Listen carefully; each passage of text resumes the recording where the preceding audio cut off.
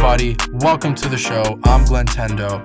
This week on the show, Arhungry and I run through some quick news, but then we focus mainly on the exciting and unprecedented addition of Minecraft Steve to Super Smash Bros. Ultimate. We have an interesting dynamic with this episode because Nintendo announced that they were going to reveal the character the day after we usually record the weekly show. So I decided to record the show and speculate on a long list of potential reveals, how we felt about them, and how likely we thought they'd be as additions to the roster. And we talk a lot about Steve. And then fast forward to the reveal, we record again and kind of reminisce on what we thought before and what we think now that it's a reality. So very interesting show. I hope you guys enjoy it. This episode will be made free to all on release on Friday. So usually patrons get the show early on Friday, every single Friday, and then the show becomes free the following Monday. But for this episode, because it's a special Smash and special reveal, and we want to keep things as close to the reveal as possible, this episode will be available to everybody on Apple Podcasts, Spotify, Patreon, and YouTube beginning this Friday, October 2nd. So I hope you guys enjoy the show, and if you do really enjoy the show, consider becoming a friendo and supporting the show on Patreon at patreon.com/Glentendo. Patrons get early access to the show and other benefits. Or if you're just listening on free feeds, thank you very much. And just consider leaving us a good review on Spotify and Apple Podcasts. That actually helps podcasts a lot more than you might think. So anyway, on to the meme god that is Minecraft Steve. Are we happy about this? Is this the good timeline or the bad timeline? Or is this 2020 striking again?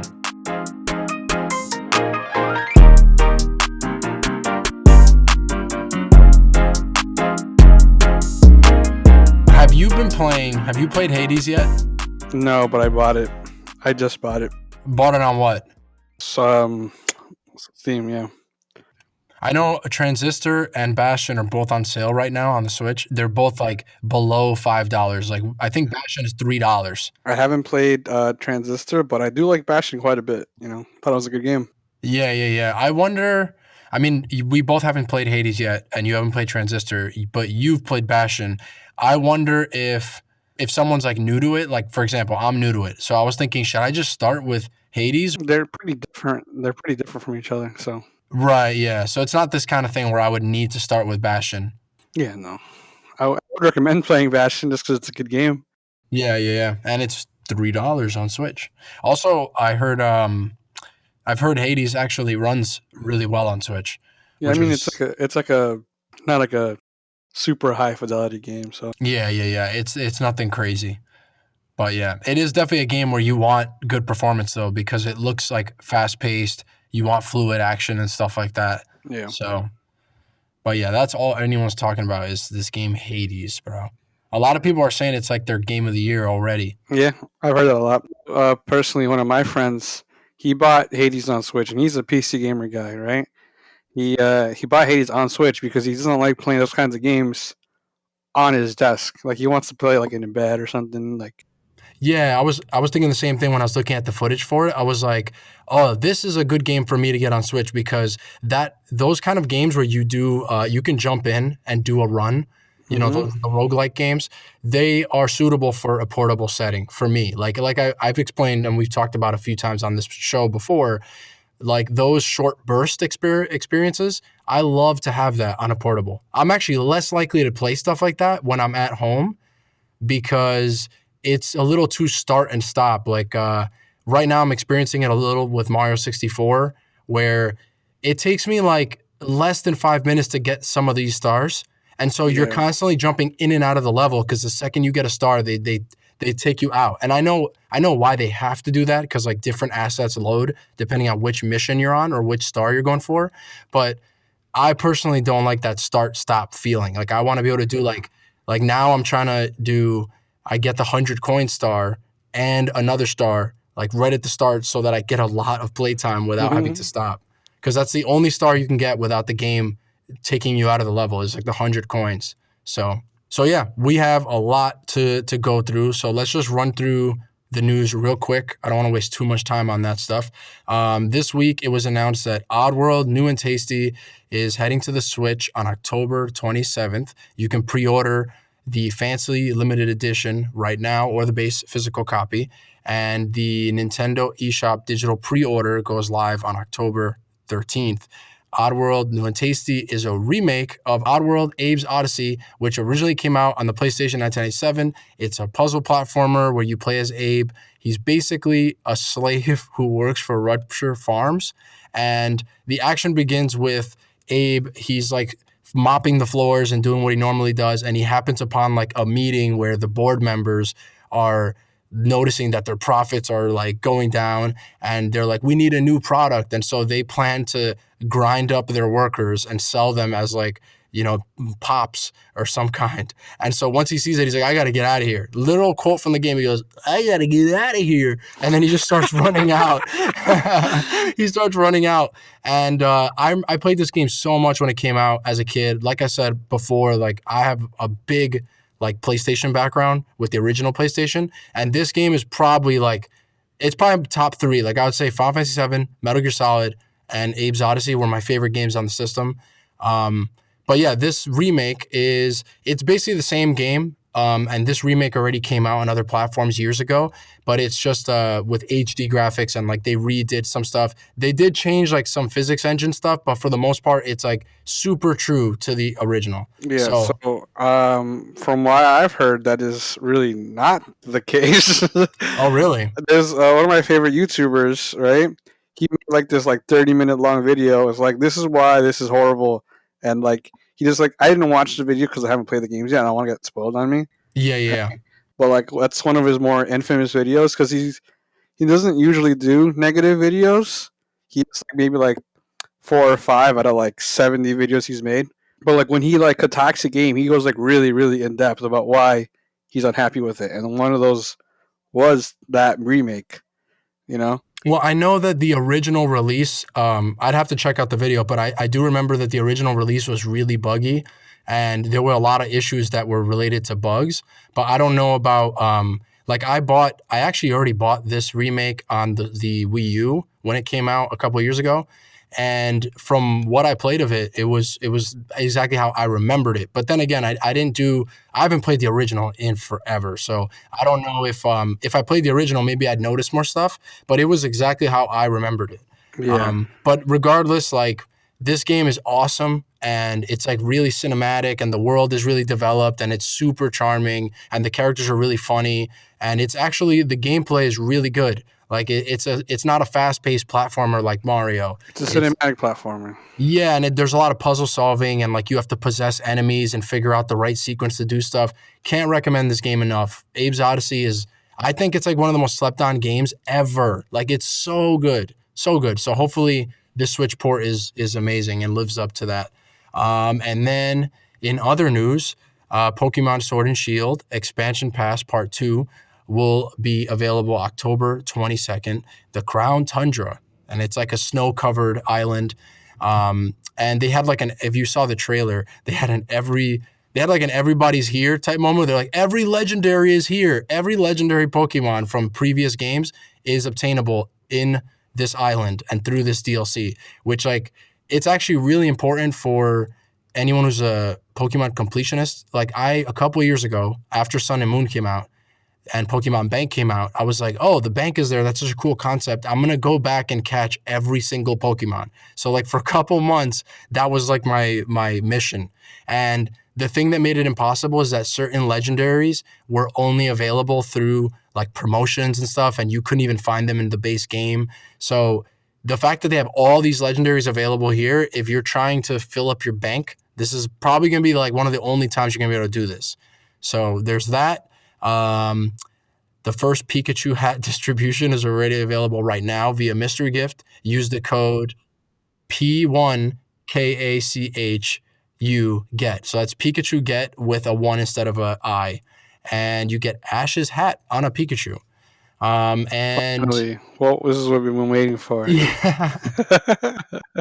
And also, they ended. This is the thing that I think you probably saw this because everyone was talking about this on Twitter. But they ended the presentation with like a Pokemon music video from a Japanese Yeah, rock band called Bump of Chicken, yeah, and it was really cool. Like the animation was cool, and it was a music video for one of the songs from this band, but it was like all a Pokemon music video, and it was just I don't as far as I know, it's not connected to any games or anything. It was just promotion. yeah. It was just a music video, and I thought it was pretty cool looking. Yeah, right. Yeah, I saw it like a few days ago, or was it like 2 days ago Yeah, it was earlier or this week. yesterday? I don't Hmm. know. Whatever. I point is that I saw it. The last game that we should talk about that is coming out this week, it's going to be out already by the time that you're listening to this, is Super Mario 35, which will be free to all Nintendo Online members. It's basically the original NES Super Mario Brothers with a 35-player twist. Each player is given the same time stage. As you race to the finish first, you defeat enemies to get more time and attack your opponents. Be the last Mario standing. So that game, I'm going to be playing that so hard. The Yep. question I have for that game is, will I be able to, form a group with friends and fill the rest of the slots with random players? So for example, if I call you up, right, and I'm like, yo, Hungry, I'm trying to speed run you. I'm trying to meme on you in Mario 35, right? Are they going to let you get memed on and like me make a group and it's like it files the rest of those players? This is the thing, like it's so sad that these are the kind of questions I need to be asking in 2020 because I'm a Nintendo fan, bro. Like this is actually a valid question. Like how is matchmaking going to work? You know what I mean? Yeah. Because it's like, are they going to let me and you group together and then it fills the rest of the players? So let's address this step by step, right? Yeah. Let's start at the beginning, where like you trying to meme on me. I don't think there's any game that they could invent where that's possible, I think right? I'm going to be better than you at this game, actually. Like, I think you're going to be surprised at how good I am at the original Mario. Okay, moving on. Moving on. Revolutionary technology going on there for you to be able to meme on me. All right, moving on. Time for a revolution. So, all right. So the next thing is how the matchmaking is going to work. Hmm. Well, there's a bunch of battle royale games out. It's the new hot ticket C. Uh, and most of them you can queue up with your friends. Even though usually in those games only one person wins. Right? Yes, exactly. Yeah. So it would be very surprising and very disappointing if you just couldn't queue up with your friends. At least like about 2 or 3 or 4 of them. Right? Yeah, because I know, for example, my brother's probably going to really want to play this, and it's going to be awesome if we just join each other's room so that we're playing together, but we're also playing other players. So we'll see how that goes. I mean, either way, I'm going to love it. I just hope that they get that right, please. And now that's the quick news. We're done with that, the quick stuff. The big news this week, especially given that you and I are Smash community luminaries. At this point, we can maybe be called Smash veterans. I hate that phrase. I Yeah. hate that phrase, right? It's so like self-important. I'm a veteran. Yeah. Yeah. Like you went to Veteran. war. Well, I did go to war against Smash 4 Bayo, and it was not pretty. So I guess that counts a little bit. But yeah, so the big news this week is that tomorrow morning, October 1st, the next Smash Ultimate DLC character will be revealed. The video presentation will be about 3 minutes long, followed by a brief message from our Lord, the almighty Masahiro Sakurai. So we're really excited about this, and we're recording right now, the night before, because I wanted to do the before and after type thing where we can talk a lot about this before we know anything. By the time you're listening to this as listeners, we'll all have already known everything, and we'll also record after the presentation. So you'll get the before and after, but it's gonna be interesting. So some quick backstory. The Super Smash Bros. Ultimate launched in December of 2018 with 74 characters, including every single fighter that has ever appeared in a previous Smash game, plus 11 new fighters. And beginning February 2019, we began getting downloadable fighters that you pay a little extra, you get this new fighter, right? So in 2019, we received Piranha Plant from the Super Mario series. We received Joker from Persona. We received Banjo-Kazooie from Banjo-Kazooie. And we received Terry from Fatal Fury. And then moving into 2020, we have received Byleth from Fire Emblem Three Houses and Min Min from ARMS. So the expectations are really high, right? And they're always high for Smash. People want an internet breaking like character announcement, right? Or some people just really want like their dream character that they've wanted. Like some people wanted Banjo since Smash 64. So like for it to be that it took until 2019 to get Banjo, some people want that moment where they're in tears seeing their dreams come true. But the other reason why the expectations are really, really high is because the last two characters, the characters we got this year, Byleth and Min Min, were very disappointing announcements for various different reasons, right? So let's talk about real quickly why Byleth was so disappointing and why Min Min was disappointing. Because I think they're actually disappointing for different reasons, and it's going to be interesting to have that context before we talk about our expectations for tomorrow. So real quick, how did you feel about Byleth? Because you're a bigger Fire Emblem fan than me. I know you haven't played Three Houses yet, but you really love that series. And if I remember correctly, even you were like, "Oh boy, another one of these." So I remember. I'm going to bring you back a little bit. I know you had a Smash for a little bit, just to give you some more context, right? So I remember when they brought back Roy, I was like, why? And I enjoyed playing Roy in 4. I even entered a few brackets just playing Roy. I enjoyed playing that character. Yes. Right? And I especially like Roy's game. I think Fire Emblem 6 is one of the better Fire Emblem games. Right? But even when he was announced, I was like, why? It's like at that point, we had Marth, which is pretty much like the flagship character. He was in the first game. At this point, you can't have a Smash game without Marth, in my opinion. Yeah, he's in, I think, more Fire Emblem games than any other Fire Emblem character.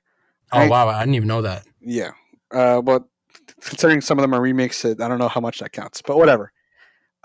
So then we had Ike, which was, at the time, he was the new guy from when he came into Brawl, right? And he ended up being one of the most popular characters, if not the most popular character, right? Mm-hmm. And, okay, so it makes sense for him to be there, right? And then we had 2 Awakening characters, right? We had Robin and Lucina, who were both they're both super important to the game, right? And Awakening literally saved the series. The series would not exist without Awakening, right? So all those characters made sense, right? So when he brought back Roy, I was like, did they really need to? Yeah, right. But I accepted it, right? So when Corrin came out, and if you know anything about me, I was a Corrin main. I even like Conquest. I know not a lot of people like Conquest, but I do.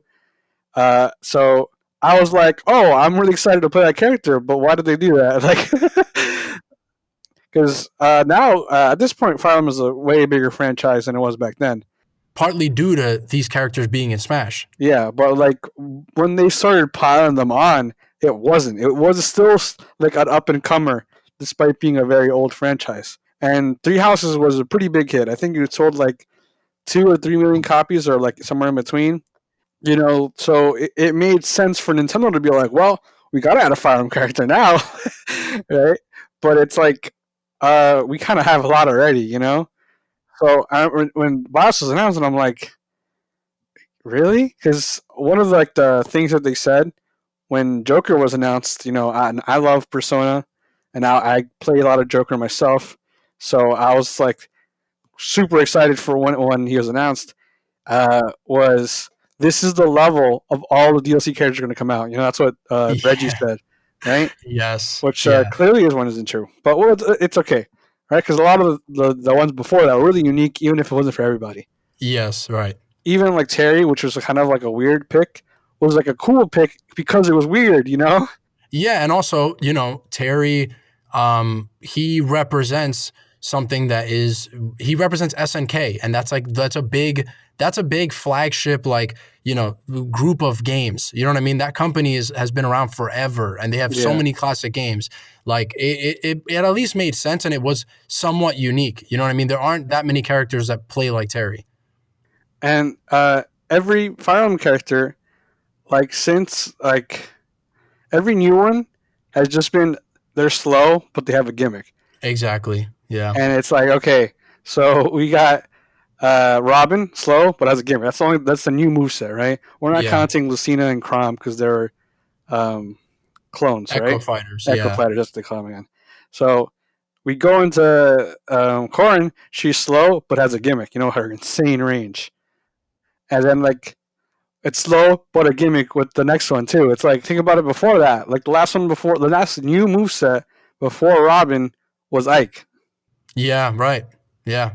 Like going on, it's like okay, like I get it, but it's like really like this wasn't even like this was a DLC character. Like this should have been in like the base game. Exactly. So I was more disappointed than you were, right? And you were pretty disappointed by that reveal. So I think I was in the group of like the people who my worst case scenario for any of the DLC was another Fire Emblem character. Like there was a tweet I had, I think right before they announced Byleth, where I was like, all right, well, as long as it's not another Fire Emblem character, they can't go wrong, because that's the only thing that would really just upset me beyond belief. So just to go back into some context of like Smash 4 and where the disappointment began for me, I think I feel very similar to all the people who were supremely disappointed by Byleth. So my story aligns with most of the people who hate that character.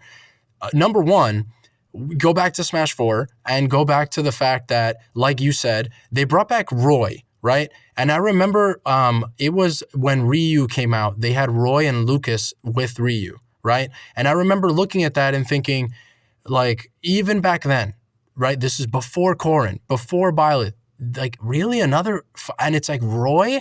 Like, Roy was not that popular to me, even in Melee, right? And so when you're in Smash 4 and you look at the characters that they cut, like Wolf and Snake, who in my opinion were super, super popular in Brawl, and then you see Smash 4, they're cut from the main game, and you're hoping that they make an appearance in DLC. And then when you're seeing the DLC announcement and the two characters they chose to bring back from Melee and Brawl were Roy and Lucas, and I was like, all right, Snake, I can see maybe that not being a simple get, right? But Wolf, like, dude, Star Fox Zero is about to come out. Like, why are you promoting Fire Emblem? Like, I don't understand. So Roy pissed me off to start. And then go fast forward to a few DLC characters later for Smash 4. They break the internet with Cloud Strife. Like, that was a miracle. We didn't think that would happen. Still probably the biggest DLC announcement for Smash, like, period, right? So the expectations are super high. And then they have the fan poll, which ends up being Bayonetta. And with Bayonetta, they reveal the last character with Bayonetta is Corrin, a character from a game that wasn't even out yet. It was out in Japan, to be fair. It was out in Japan, right, but it wasn't out in America, and it was another Fire Emblem game, and you're just thinking, okay, I wanted Snake, I wanted Wolf, I wanted one of these huge characters that people already love, and instead they're giving us a character that nobody knows or cares about. So that really bothered me. So fast forward to Ultimate, they bring everybody back. Everybody's here. You see Snake, you see Wolf, right? So we're going into the DLC differently because we're not waiting for them to bring back old characters that you love that they cut. They brought back everyone already. So the DLC is going to be all new characters. And they set the bar really high, man. Joker was the first announcement, right? And so like you said, we were told that was going to be the level of what you could expect. And then when they show Banjo and Hero at E3, Banjo's a miracle level character. People thought it was impossible. Some people were waiting their whole life for Banjo to be in Smash. He deserves to be in Smash more than anybody does, just as a super like Nintendo N64 era character. And at that point, you have Joker, Hero from Dragon Quest, and Banjo. Those are all like pretty unique characters, and they're all third party. And in Banjo's case, it's a miracle. And in Dragon Quest case, it's a huge franchise. And in Joker's case, he just looks cool and he's from a really popular game right now and all that stuff. And then they show us Terry, and you're like, okay, Terry is interesting. He's not like a big name, but we at the time we didn't know there was gonna be more DLC, right? So we thought this last character after Terry and Banjo is the last DLC character ever that we're gonna get. And it also had to knock it out of the park. You had to knock it out of the park. You had to knock it out of the park, and think about it. Every character we just talked about was a third-party character. So the expectations were insanely high. And then they show a Fire Emblem Three Houses animated trailer. And everyone just goes, oh my God. We were memeing saying that like this was going to happen because we were just making a joke because we thought it was actually impossible. That's how like tone deaf that last announcement was, right? So the context of like us thinking it was going to be a third party character plus it being the last DLC and it having to be a knock out of the park like moment, it was the complete opposite. Plus, it's a first-party character, and no one talks about this, but the part that really annoyed me is that they were promoting Three Houses, and it already came out 6 months ago. At the time that Byleth had come out, the game had already been out for 6 months, and it was a huge success. Making a character for that game in Smash was just like, all right, you're overrepresenting this franchise. This franchise has more characters in it in Smash than Zelda, than Donkey Kong, than like all these other franchises that are definitely bigger. And you're promoting a game from 6 months ago. Like if you want to promote an old game that's still popular on the Switch, put a champion from Breath of the Wild, put like Paper Mario, put anybody but Byleth. So when I saw that, I was really annoyed, but they saved it a little bit by saying that there was going to be 5 more DLC characters coming. Actually, no, they said it was 6, right? Yeah, it was a new fighter pass with 6 more characters.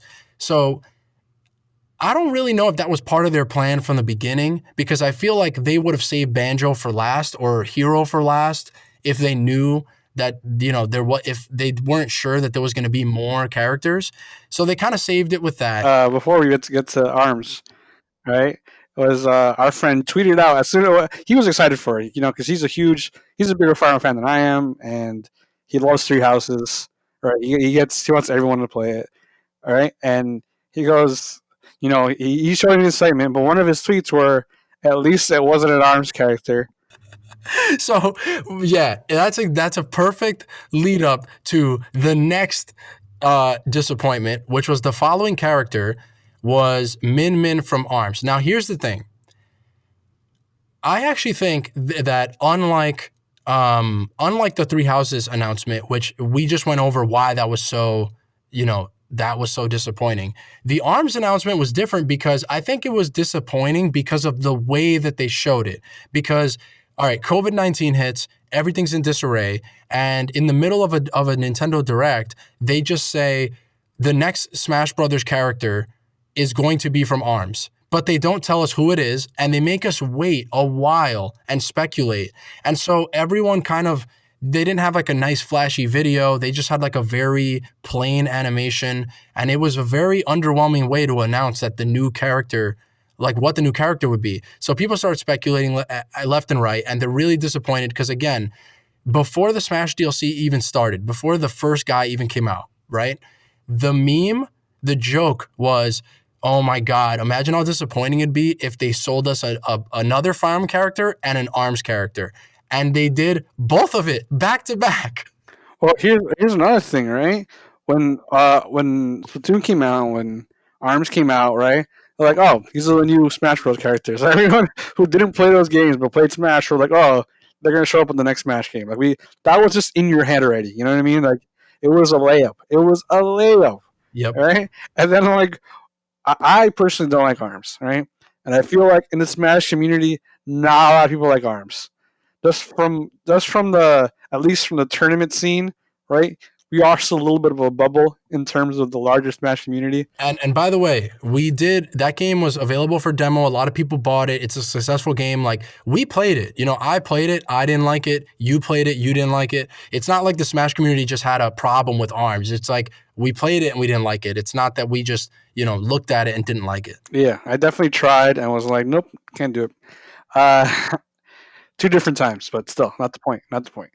Right? So a lot of people are like, yeah, it's gonna happen. It's easy picks for them, right? When we see Springman as like a assist trophy, I personally was like, whew, thank God, Yes, everybody did that. Everyone was like, "Oh my god, thank God that they didn't add this as a base character." yeah.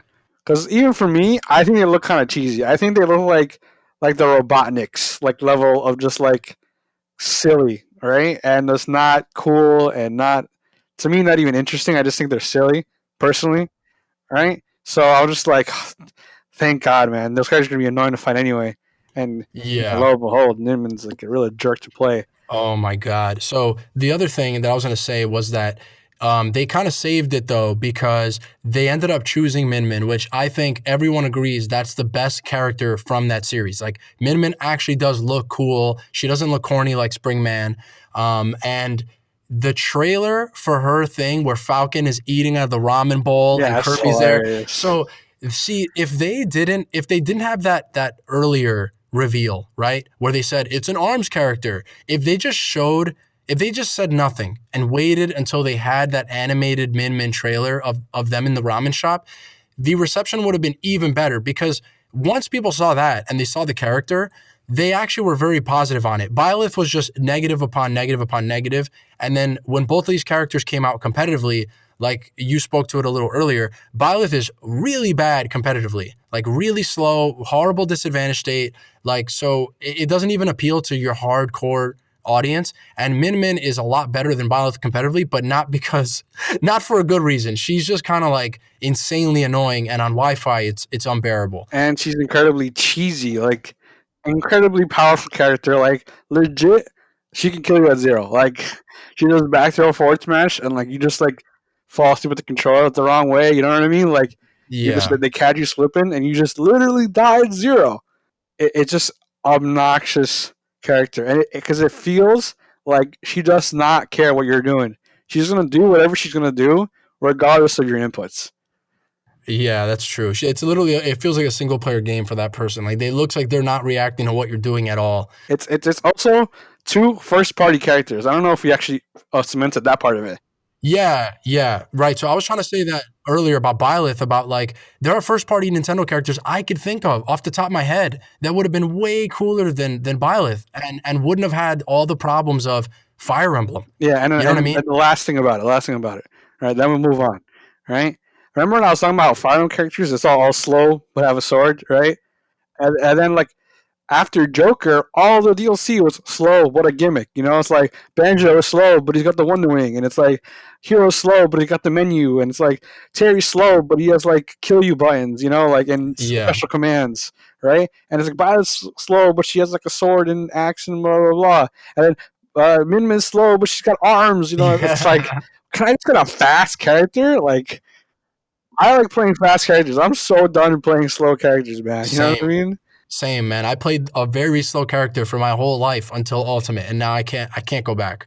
But going into tomorrow, the one good thing is that they got the two memes out of the way, right? So it's like the announcement tomorrow. There's no meme on Smash Twitter right now. There is.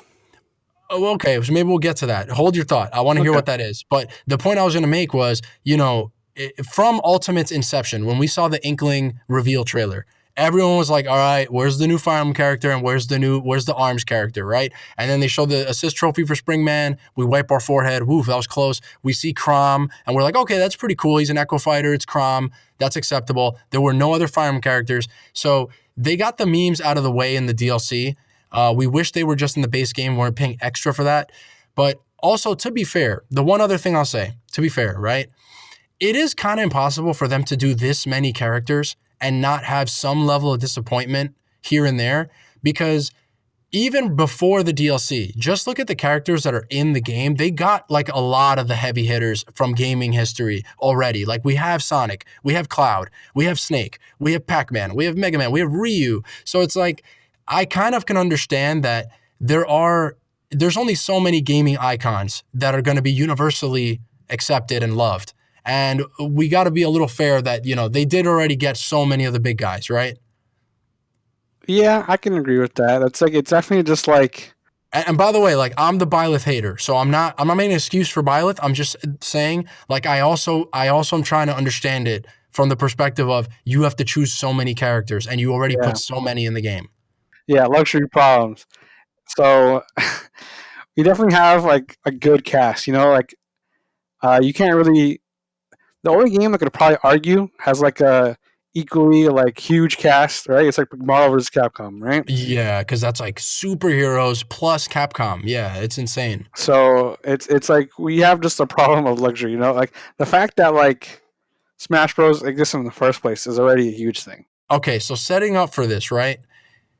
We don't know what they're gonna announce, but I assembled I assembled an ace team, a comprehensive list of all the possible characters that they can announce. Okay. And we're No, going to go through and this you're gonna be list. wrong. Yeah. So here's the thing. Here's the thing. We're going to go through this list, right? The first thing we're going to do is talk about briefly, we're going to talk about whether we would personally like one of these characters, right? Like just regardless of whether it's possible or not, would you or me be excited about this said character? And then the second thing we're going to do is talk about whether we think it's even plausible, right? So let's start with some of like the more realistic options. Number one on this list, 100% bias on this list, but number one, a champion from Breath of the Wild and the upcoming Hyrule Warriors Age of Calamity. So if one of the champions was in Smash, how would you feel about that? You Okay, personally. so I'm gonna mix you up a little bit here, right? Okay. So with this new Hyrule Warriors game, right, we have a chance to play a slept-on Legend of Zelda character in almost as many games Oh, I know as what you're gonna say. yeah. You couldn't let me build it up, you little Keep jerk. going, keep going, keep All going. They right. don't know what you're talking about. So this character has been in almost as many games as the cast has been in. It's almost it's rare for her not to be in these games. Her form always changes, but once she's there, we know where she is. Impa, right? Every game, 100% different design, right? But this is the one that is canonical to Breath of the Wild, right? It's just Paya from the game, you know, it's the same, Yeah, but it's right. her granddaughter, so whatever, who cares, right?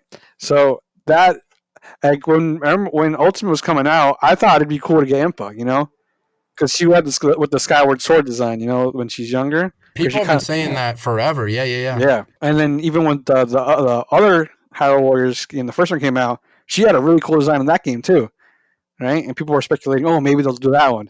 And I thought that was a little unrealistic just because it's not like an official Zelda design, right? But this is technically an official Zelda design, right? So I think that would be like the mix up that would be cool, you know? Uh, if it was like one of the champions to be more specific to being, they have to be a champion. I think Yeah. everyone's on board with Daruk or Mifa. If it was Impa, you'd be very, very excited. Yeah, I'd be hyped for it because I think that she'd have a cool moveset. Again, I want a fast character, and I think she would be fast and fun to play as. Okay, what if it was one of the champions? Uh, I'll go through them, right? Daruk, I think it'd be super cool, right? But I think he'd be a jerk, right? 100%. Yeah, so A DLC super heavy. That yeah, sounds like cancer, bro. yeah. So with the super shield, right? Like that's his Yeah, thing. His and shield a is disjoint, and a disjoint. He has yeah, a sword. yeah. So his thing is his like iconic power that he gives to Link, right? Is that shield thing. So I'm like, oh boy, you know. So I think I'd be excited for like a moment until afterwards. Then I'd be like, God, man, why is this guy in the game? Like, right? So, character wise, cool. Playstyle wise, probably not so cool. Mifa, I'd probably be like, yeah, yeah, I get it. You know, it's a lot of people definitely like that character. She's very anime in her personality. She's very tropey. Yeah. Her design is very unique, though. I will give Yeah, I mean, the fact that she's a Zora, she looks cool at least. yeah, and I think she'd probably be cool with the spear, you know.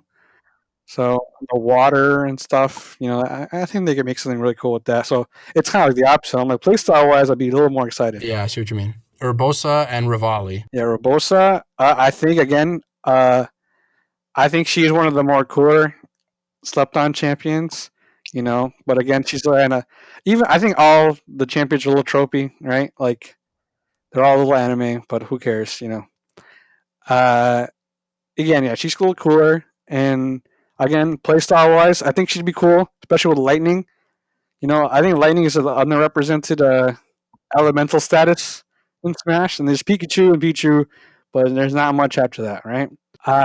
So like the lightning and like what weapon does she have again? She has a sword and shield, it's the scimitar. So it's like a short sword It's like a curved with the short curvy sword. sword. Yeah. So again, kind of a more balanced of like excitement and playstyle. And then there's Rivali, which I think might be the best pick actually in terms of balancing like um, excitement and playstyle because he'd be like this flying like Yeah. archer kind of Arrogant. thing. Yeah, Yeah. arrogant. He's Falco. He's just It'd be breath of funny because Falco, if you have a Rivali in the game and he's flying around, Falco would just be like, why can't I do that? Like, right? why can't I fly? He I was could just jump jealous. really high. That's Yeah. it. So that's plausibility. Like how possible does it happen? I think it's pretty high. I would say. I think it's not unrealistic. Yeah. So, okay. So here's my take on this, right? So, I personally would be very, very happy if they added a Zelda character that I think the Zelda series in Smash, I'm not trying to make fun of Sakurai and the team at all, but because of other circumstances throughout the development of Smash, the Zelda characters always end up kind of like on the short end of the stick. So we don't really have a real Ganon. We have a Captain Falcon, slower Captain Falcon in the form of Ganondorf. And so um, when it goes to Impa, I actually wouldn't be that excited for Impa because even though I really like that character, I think she would probably just end up being like Sheik. So I can't really envision her being too different unless they went with like the older design where she has like a sword and stuff like that. As far as the champions go, I think Rivali would be cool. He's already aesthetically kind of similar to Falco, like we said, even in personality, actually. And Urbosa, she is a sword and shield fighter, right? So to me, I'm like, we kind of already have a lot of those characters. And Sakurai's gone on record saying, we already have too many sword characters.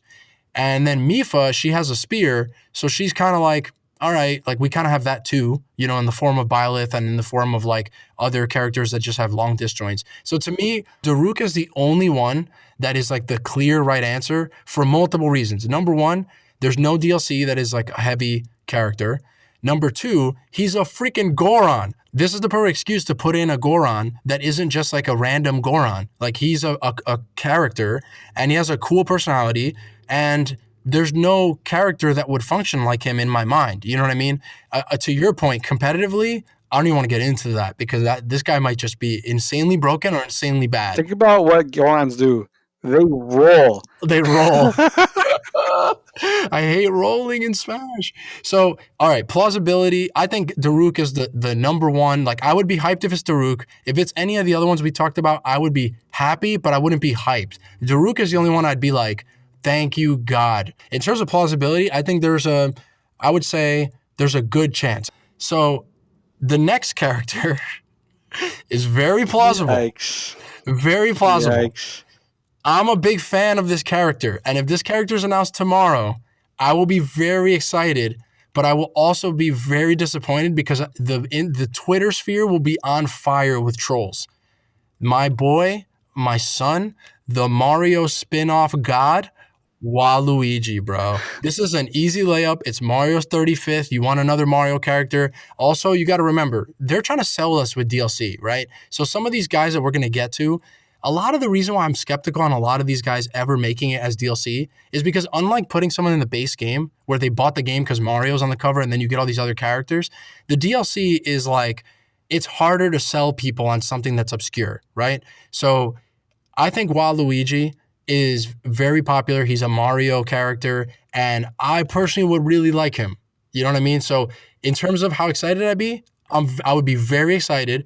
Plausibility, I think it's very plausible, especially because when Ultimate first came out and people saw the roster, when people finally unlocked every character in the base game, they were really mad that Waluigi just wasn't there, and they obviously took to Twitter and did unmentionable idiot things.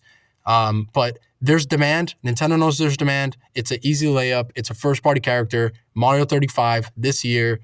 I think it's possible. All right. I'm gonna say higher chance on this than Daruk. Really? I think so. Your logic, I understand where you're coming from. I don't agree. I okay. Well, tell me about hype first. Okay, I know hype. you're not hyped. I would be negative hype, How negative? dude. I don't know. Worse than Byleth. Worse than Byleth? I don't know. I think Waluigi is definitely cooler than Byleth, right? But in terms of like, okay, here's my problem with Luigi, right? With Waluigi, he doesn't have a game. Yeah, He he's doesn't have a game. god. There is He's a no spin-off Mario. god. Even the Mario spin-offs, he's not the main character in any of them. No, not even close. Like Mario Party 3, where like I think is more his like most infamous. That's his debut, I think, or it was Mario Mario Tennis, actually. right? The tennis, yeah. Yeah, so like he kind of infamous, like because he was like one of the villains of that game, right? And I think that's like my favorite Waluigi thing, like just seeing him like trash Bowser up. That was funny to me. Yeah. You remember that cutscene? Yes. It was godlike. It was great. Yeah, that's like my favorite Waluigi moment.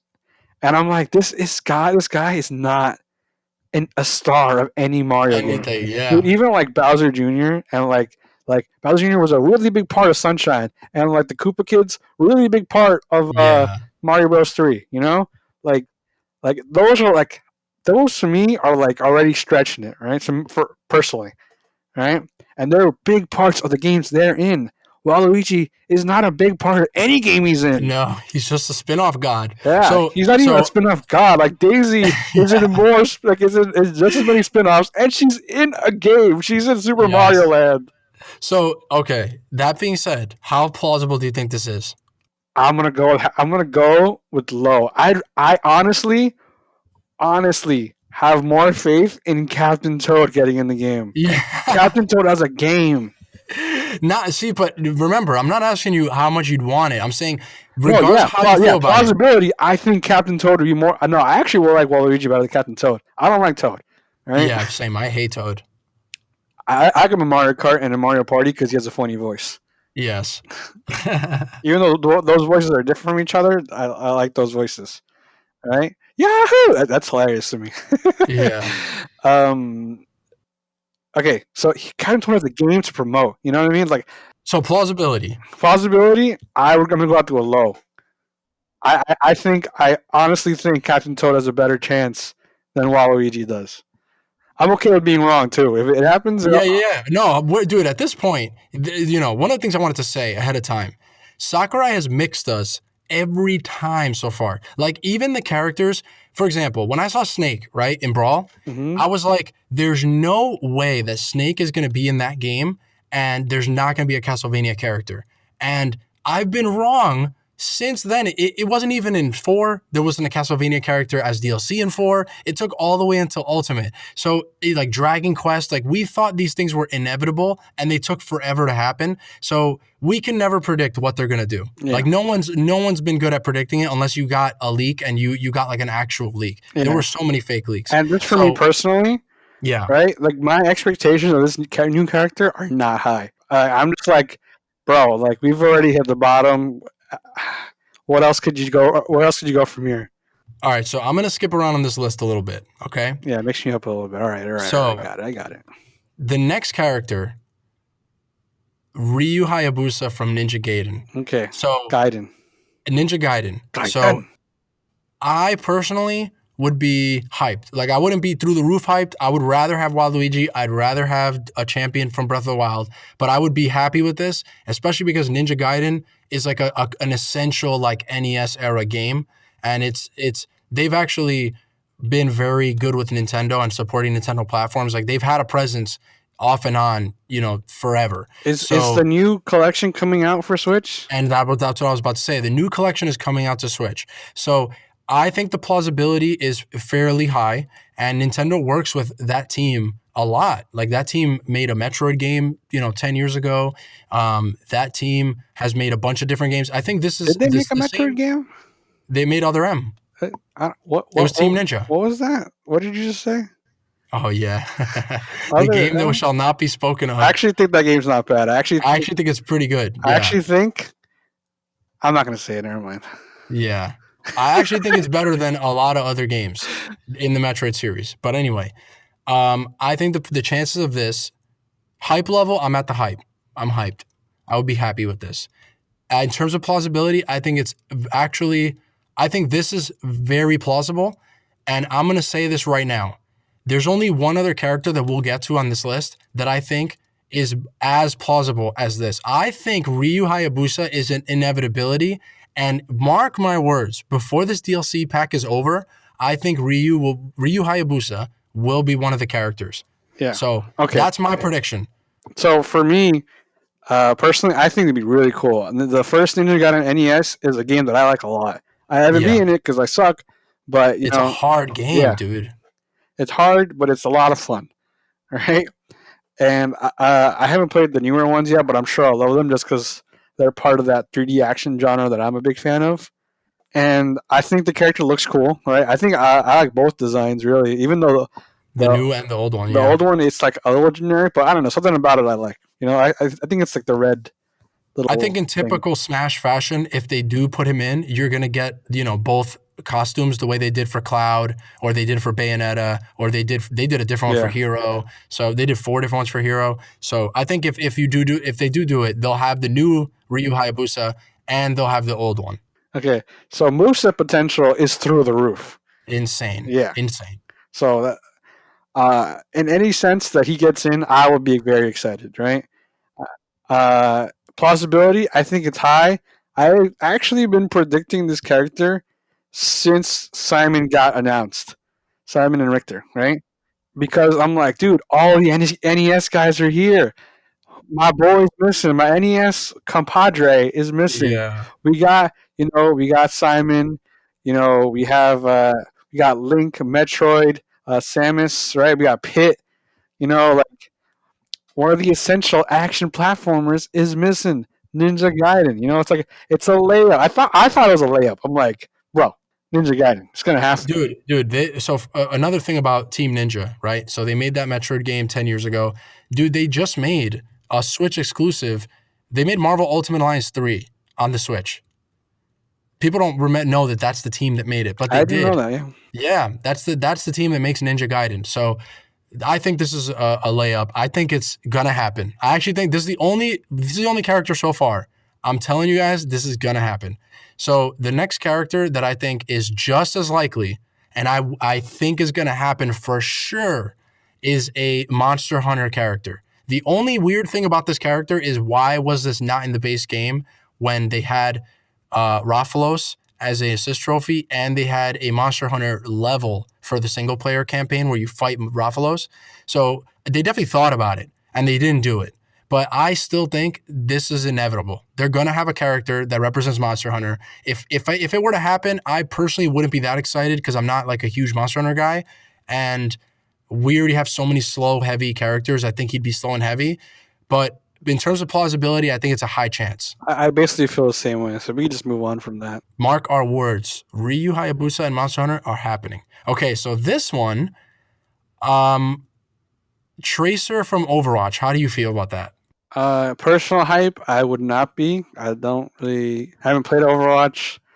I think her design is okay. I don't dislike it. I don't like it either. I'm like, you know, uh, so I just wouldn't be hyped at all for it. You know what I mean? Like if they're gonna pick an FPS character, it's like There's Tracer. other Yeah, big guys to choose from. yeah, Yeah. we'll get to that. But Tracer, just like I get it.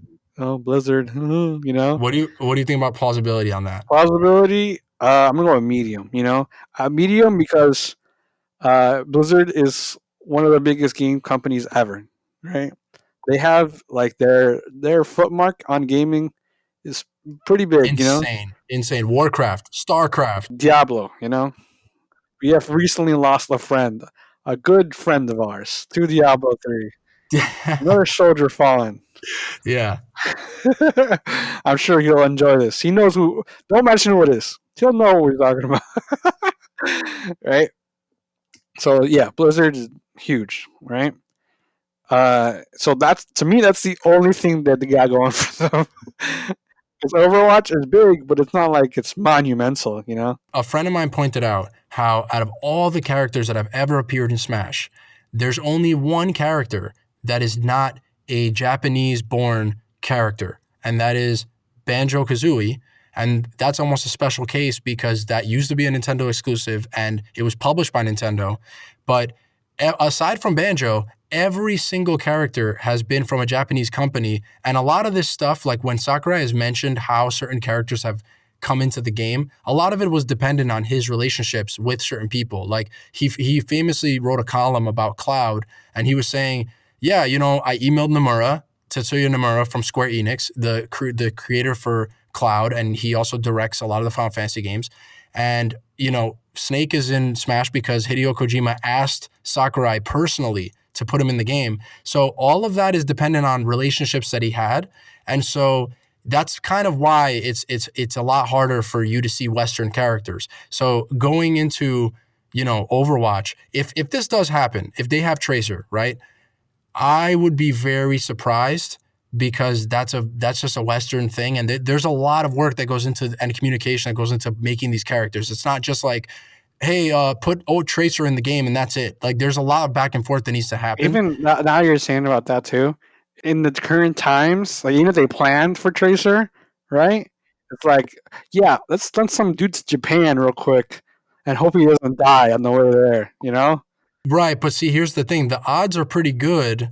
So in terms of hype, I'm not a big Overwatch guy. I would be like medium hype. I'd be like, okay, that's a good pick. I would respect it. I wouldn't be Byleth level about it, but it's not personally for me, right? But I actually think this character is a bigger shot than people think, despite the Western problem, because number one, obviously Overwatch is huge. Like you said, Blizzard is huge. But number two, one of the producers of the game was on record when Overwatch came to the Switch. They asked, they always ask all these guys like, hey, is this character going to come to Smash? Like, what would you think? And the producer was like, I would love that. Like he's like, I want this to happen. Like, please do this. So there's at least some goodwill on their side, right? And so it is possible. I think in terms of plausibility, I don't think it's Ryu Hayabusa or Monster Hunter level, but I think it's a good chance. I'm going to say good chance on that one. Okay. So going on to the next character on this list. All right. I'm going to start off with this because I know you played this game and you like this game. So I want to give you a little more time to speak. I'm going to be brief on this one. 2B from the Nier series. Okay. Hype level, I would be negative 100 on this one. I know a lot of our friends. Dude, I know a lot of people in the Smash community and, our friends, they want this character. They love that game. I'm sure it's a great game. No, the number one reason I don't want this character in the game. Okay, number one is it's a sword character, and I can't see this character functioning very differently from a lot of the swords we already have. And quoting our great lord, Masahiro Sakurai, he himself has said we already have too many sword characters. Number two, I'm just so tired of the anime-ish characters. Like you were saying how Daruk and the champions are a little anime-ish in terms of their personality, but in terms of aesthetic, they're very unique. Zoras and Gorons look nothing like anything else in the game.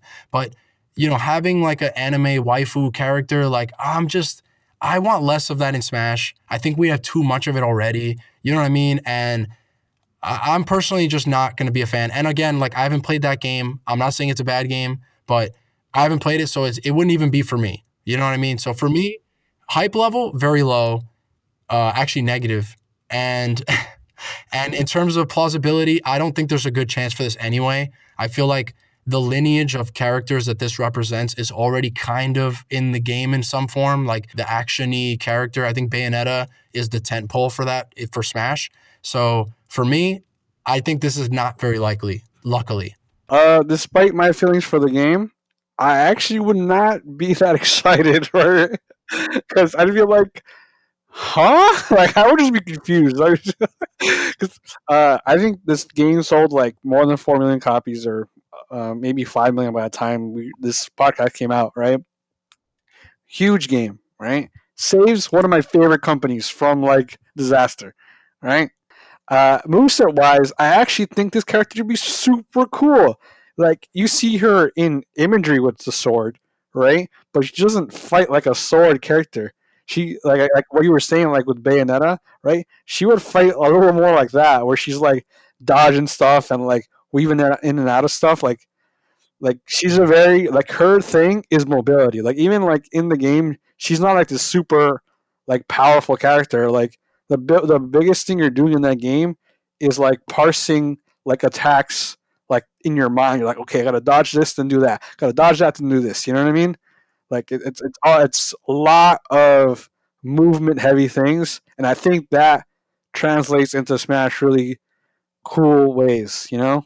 So I don't think they play at all like a Marth type character would, unless like they just mess it up royally, you know. So that's why I'm a little mixed on that. It's like I like the character, I like the game. I think they have a cool moveset, but I would just be confused. I would just be confused. Like this game was a success, but the rest of the series was not, you know. So, but it is a miracle that game is a success. So plausibility, low to medium. I don't expect it, but if it does happen, I won't be super super surprised. You know. All right, so the next character, I think we're gonna both agree hard on this one. This is probably out of all the characters on this list, this is the most requested character since in the early days of Smash Brothers. Like probably up there with Cloud and with Banjo. This is probably the most requested character who would fit in really well. Sora from Kingdom Hearts. Okay, so Yikes. in terms of hype, me personally, I wouldn't be like negative on it, but it's like a zero hype for me because I have no relationship with Kingdom Hearts. The little I've tried of that series, I'm not into. And the stuff that I like about Kingdom Hearts is the Nomura factor and his art style and his character design. And I already have that with Cloud. So for me personally, I wouldn't want Sora in the game. In terms of plausibility, I think the chances are really low because apparently, so legend has it, there's a journalist over at Game Informer named Emran Khan. I've been following this guy for a while, just being a fan of Game Informer and their podcasts and stuff, and following him on Twitter.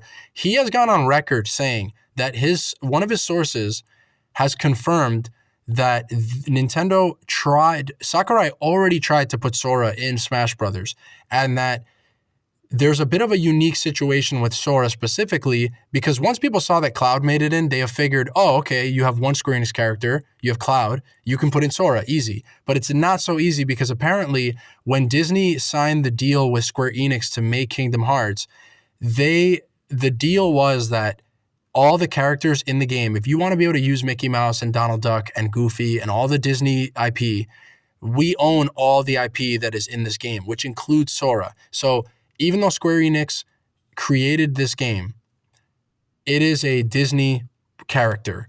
And so that's a whole nother freaking bowl of wax. That's a whole nother like realm of bureaucracy and all sorts of stuff. So Sora, I think, is probably the least likely out of a lot of the characters we're going to talk about here. So yeah, hype level, I think I'd be like okay about it. I wouldn't be mad, but I also wouldn't be hyped. Not a Kingdom Hearts guy.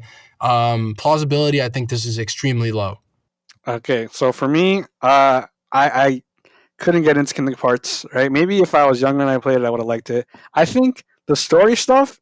If you're into the story stuff, I'm sorry. I can't see. The story is incomprehensible. Forget about that. Forget about that. All right. I can't have Donald Duck and Goofy. His name is literally Goofy. All right.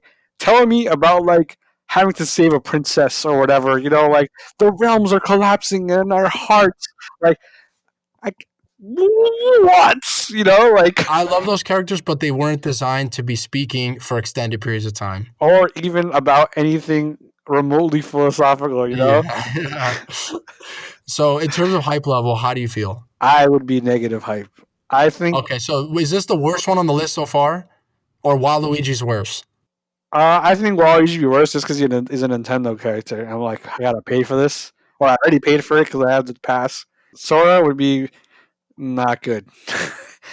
But I will actually give the games another chance, and I might end up liking them. Especially Kingdom Hearts 2. Everyone says Kingdom Hearts 2 is like really good. So, Yeah. so plausibility. Plausibility, astronomically low. Outside of one character on this list, I think he is the lowest.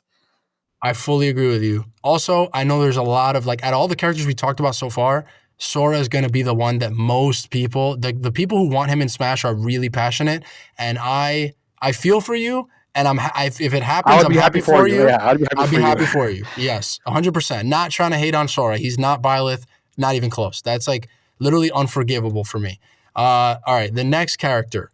This is this. If you want to break the internet, this is the only like plausible, semi-plausible character that is long overdue to be in Smash, a game that's supposed to represent the biggest icons in gaming history. There's only one gaming icon that is not in Smash right now. And if you want to break the internet, this is the only guy left. Master Chief from the Halo series.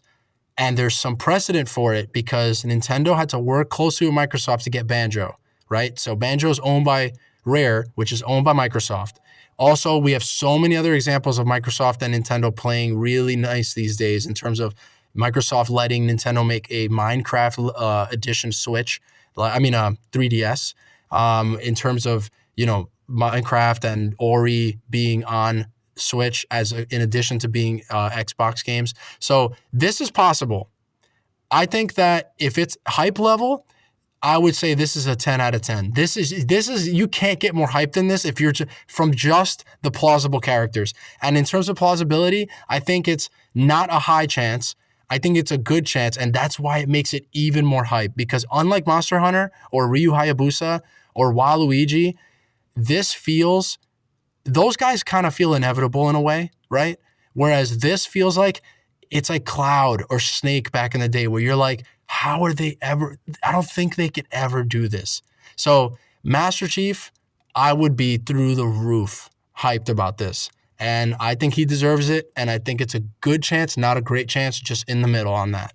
Okay, so I am a Halo fan. I like a lot of the Halo games, right?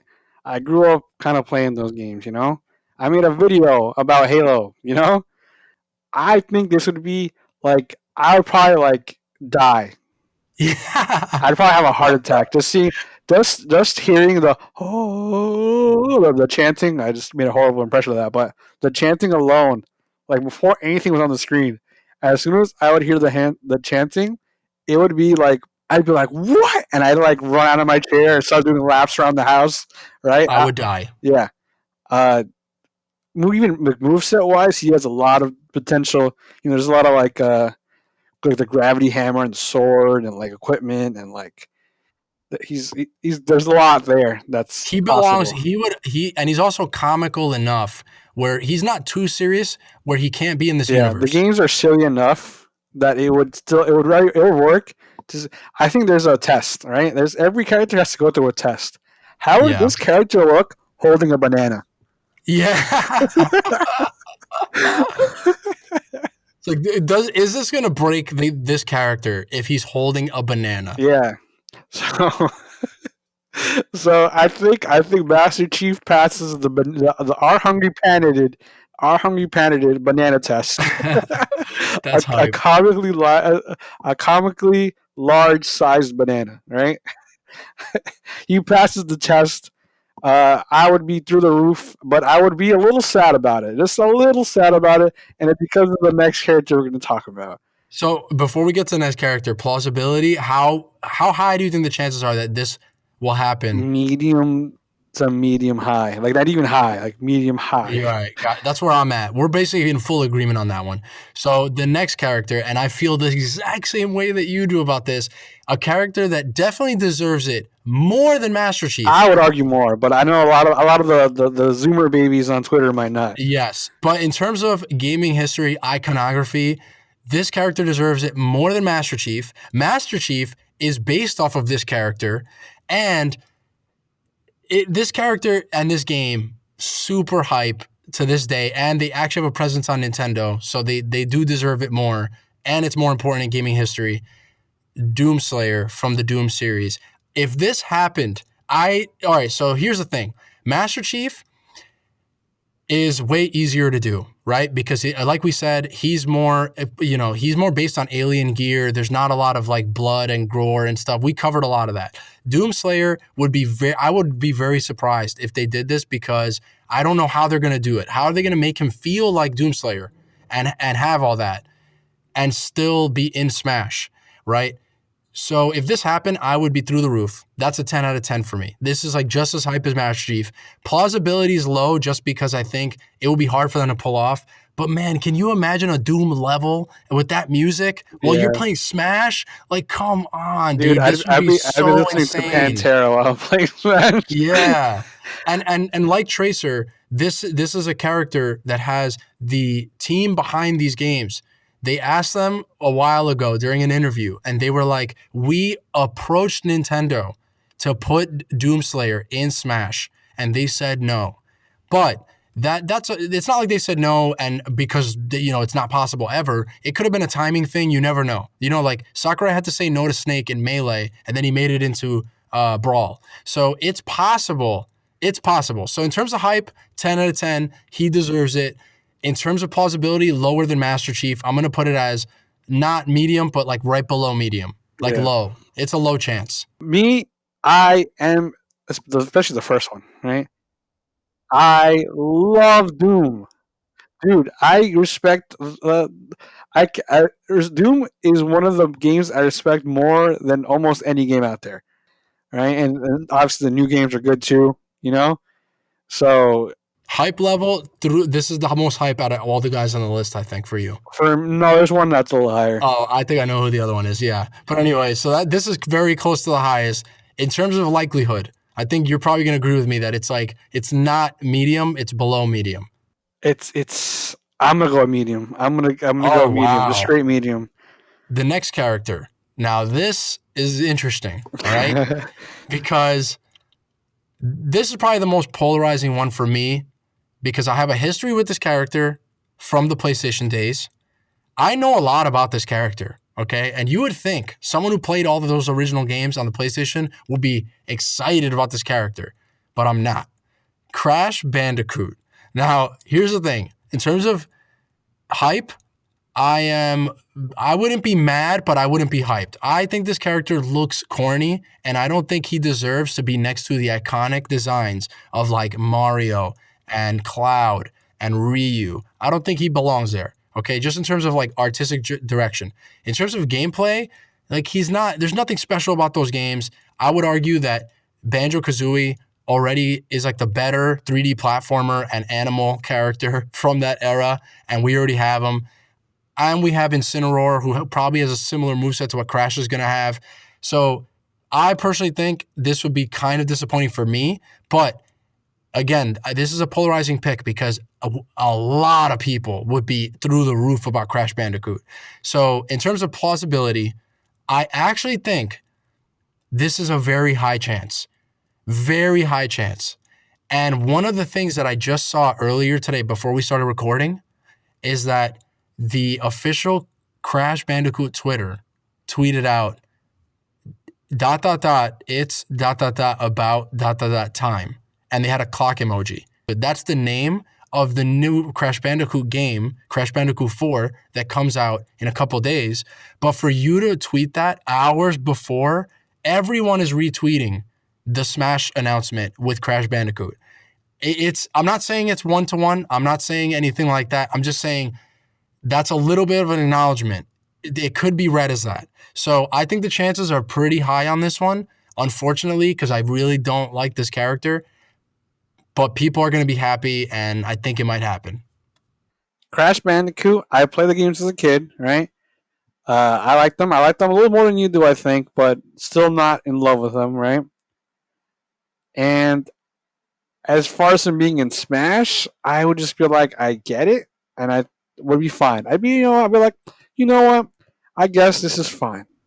He would translate. He would translate. He'd pass the banana test, and his moveset would be clear as day. So I get that part of it makes sense too. Yeah, so I would be happy in sense that we didn't get somebody else that was bad. Right? Yeah, right. That's how I feel. I think he would fit in. I actually think it's inevitable. Somewhere on this pass, he's getting in, and if he's not on this pass, then maybe not. But I really really think that he's going to be on this pass. Yeah. Oh my God. I can't do it, man. Here's the thing, there's a lineage of Mario became huge, right? And then the mascot platform became huge. And then Sonic was like, we're going to ape Mario, right? And even Sonic's original design was a carpenter with like a yellow and red outfit and overalls. And then they used that for Eggman. And then they just created Sonic as a different character. So even Sonic started as literally a design for Mario from Mario, right? The thing is, though, that when you have that lineage of like Mario starts as this mascot, and then you have the mascot platformer being like the default video game genre, and then you have Sonic aping that, right? And then you have people aping Sonic. So then all of a sudden you have these animals. Everyone had an animal platformer. And then you have like Spyro, he's a dragon, and you have Crash, he's a bandicoot, and all these animals. It just feels like a copy of a copy of a copy to me, and I can't stand it. And so I get it. People love Crash. I would be happy for those people. I kind of agree with you now when I think about it. I'm like, dude, this is kind of inevitable, but I'm upset. And during the development of Crash Bandicoot, they called it the Sonic Arse game because you just stared at his backside the whole time.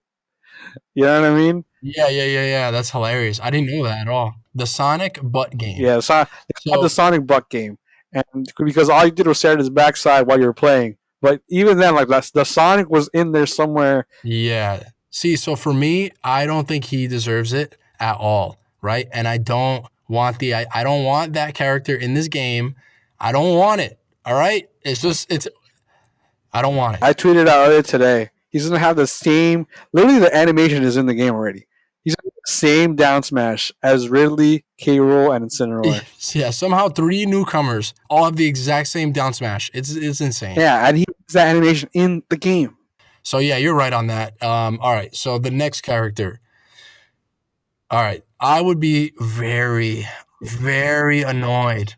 I Dude, I really would be super annoyed by this. Rex from Xenoblade Chronicles 2. Okay, Oh, so I get that there's a lot of fans of those series.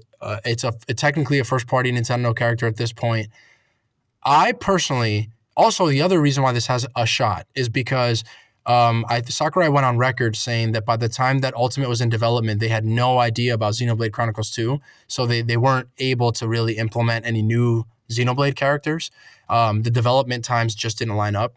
So in a way that's almost implying we would have done it, but we didn't, right? And you can get Rex armor in Breath of the Wild. Like they actually made that as DLC to promote that game. This is actually plausibility wise, I think this is a high chance. And especially if we're continuing the trend of disappointing announcements and disappointing first party characters, this is right in line with that. Because for me personally, I'm not a fan of that series. I'm not a fan of the aesthetic. I'm not a fan of what the moveset's going to be based off of the videos I've seen of the game. And the biggest reason why I would be upset about this, negative hype on this, is because think about all the characters we just mentioned that would be way more hype, right? But on top of that, the character I hate the most in Smash Brothers is Shulk. I can't stand that character. I can't believe how broken he is. I hate the way he sounds. I hate his voice clips. I hate the way he looks. I don't like the game he's from. I don't like anything about Shulk. I don't like his name. What kind of name is that? Like, I hate that character. Okay. Number one most hated character in Smash history for me is ultimate Shulk. You're right. You even So hated Shulk in 4 when he was bad. and I hated him in 4 when he was bad. So for me, this would be like the worst possible. This is actually, I'm gonna go on record. I'm testifying right now. If this happens, Your hand right now is on an upside down Chinese backwards Braille Bible. Braille Bible. Yes, my hand is on that Bible, and I'm gonna say this right now. This would be more disappointing to me than Byleth. I didn't think that was possible. I really didn't even go into this conversation thinking it was possible. And now that I'm looking at this character, I'm like, this would be worse than another Fire Emblem character for me personally. I think, right, that this would be amazing. No, I'm kidding. This might be the worst one for me personally. And I did not think that you would match me on that. Like I thought this would just be because I feel like I hate it more than you, but you're still for you. This is still the worst one out of the ones we talked about. just can't stand looking at him, bro. Here's the worst part, right? You don't like Shulk, right? How he sounds. At least there's people who do like how he sounds, right? Yeah. I remember someone showed me a clip, right, of the Xenoblade 2 English dub, right? And I'm like, how can anybody take this game seriously? Oh, I do remember when the game came out, the reviewers on all the podcasts I was listening to, they were like, dude, like they were saying how it's comical and all of them switched it to Japanese with subtitles because they just couldn't do it. I was like literally just like stunned. I'm like, this is bad. This is actually bad. This is the only announcement that can upset me. I think that the possibility of it is really high. I think it's high too, man. I think it's just dumb enough for Nintendo to do. I'm just gonna say the last thing.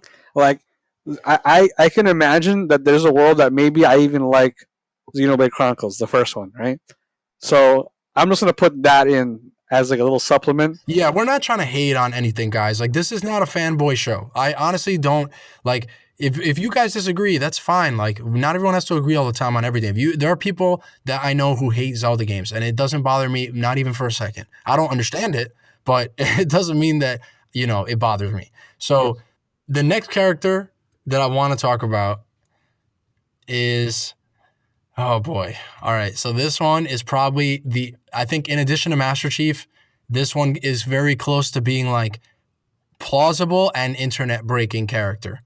Steve from Minecraft. Rate the internet in the wrong way. Yes, exactly. So, all right. In terms of hype, I wouldn't be mad because I think Minecraft is like such a monumental force that it definitely deserves to be next to Mario and all those classic games. I think in terms of aesthetics, I don't think Steve looks cool. I get it. Like he's a memer character and people like that and he's blocky and pixelated. I personally don't think that that's like interesting aesthetic even today. I think the game is brilliant. I'm just talking about him as a character. I think his name is Steve because it's like ironic and it's supposed to be like, characters usually have cool names and we're funny because we don't, So I don't like anything about him as a character. I just really appreciate Minecraft as a series or as a game. And I think in terms of the hype level, I wouldn't be that hyped. I don't know. I just don't like Steve that much as a character. And the other problem with this character is that he would be cancer. He would be cancer. Like, there is no way that this character's moveset would not be like pure, unadulterated. We already have a zoner problem in Smash and trap character problem in Smash. And I think he would just be another character that would be kind of like that. There's no way he's going to fight you. He's going to run away and build stuff and like put stuff in your way. He's going to be like Pac-Man on steroids. So that's my speculation. I don't want to see it. Hype level would be just a 0, not negative, but not a hype at all. In terms of plausibility, I think there's a high chance. I don't think it's super high. He's not the most high on this list so far, but I think there's a high chance. Okay. I like Minecraft a lot. I definitely spend many hours playing Minecraft. I don't really play it much anymore, but would be more than deserving of the invitation, right? And I still would not be hyped. Like I just think that it doesn't actually fit. Like him and the moveset would not just fit or just be incredibly annoying. the memers would win. And The memers want this character so that they can break the game and meme. And I don't want them to me do that. All right. I'm standing between people of honor and the memers. Okay. So when I say I don't want Steve, I'm saying that, dude, don't pray for this character, guys. Please don't let Sakurai think that people want this. This is not a good idea. Also, I think it would be, how funny would it be? And also how bad would the community take it if they just released Steve as a costume for a meme? I actually would be happy with that if we also got a Minecraft stage. I think Minecraft stage would be cool. That was one of the early rumors for Ultimate, was that there was going to be a Minecraft stage, but not a character. Yes. Yeah. So I think a stage makes more sense than a character. I don't think the characters are interesting. I think that what makes that game interesting is the levels and the stage and the building. And I don't think you need Steve for that. I think they should have a Minecraft stage and just call it a day. The last character I want to talk about, very highly requested, but within the Smash community. Okay, and definitely some people outside of the Smash community as well. Geno from Super Mario RPG. So on a previous episode, you guys must have heard, that's one of Arhungry's favorite games. You know what I mean? Like he named it his favorite Mario spinoff. I really like that game. I actually never got to finish it, but I will eventually. In terms of hype, I wouldn't be super hyped just because, again, like I never really had the relationship with that game that other people have.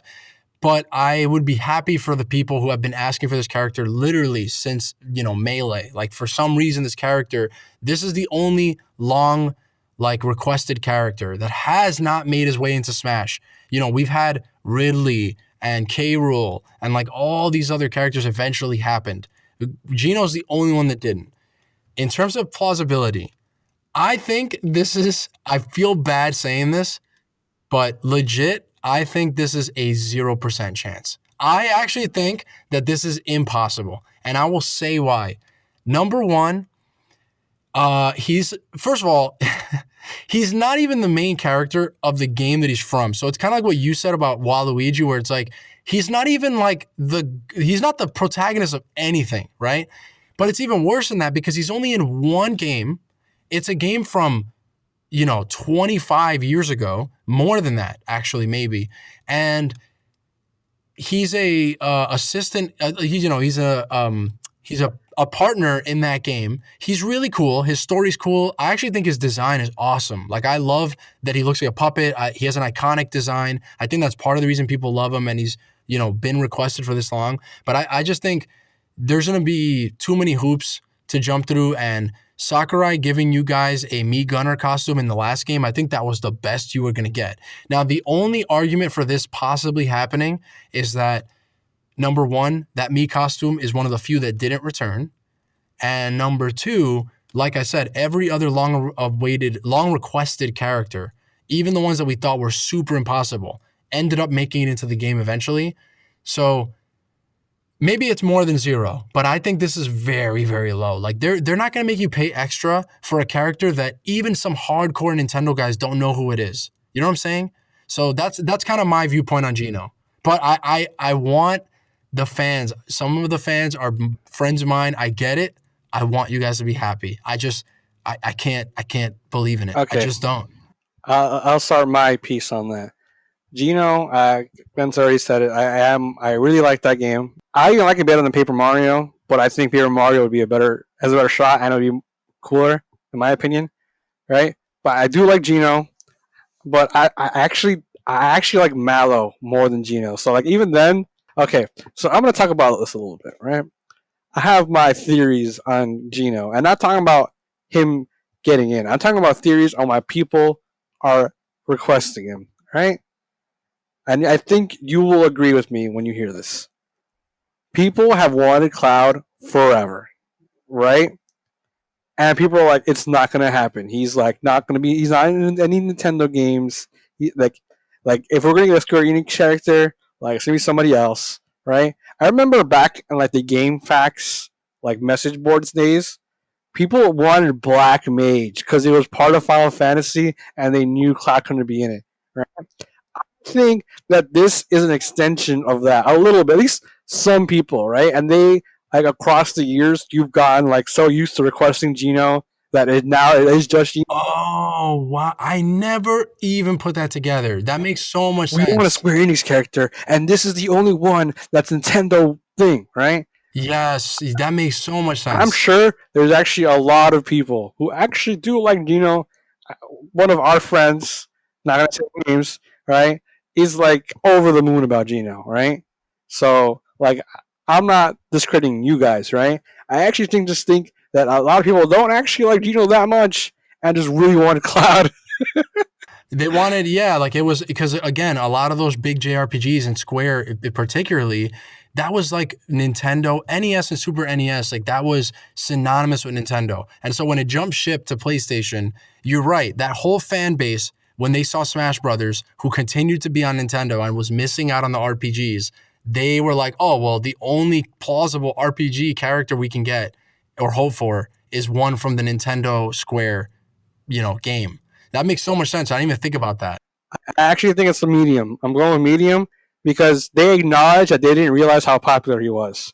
The last thing we're going to leave on before the time skip, we're going to record after the announcement and see how some of the stuff aged that we just said.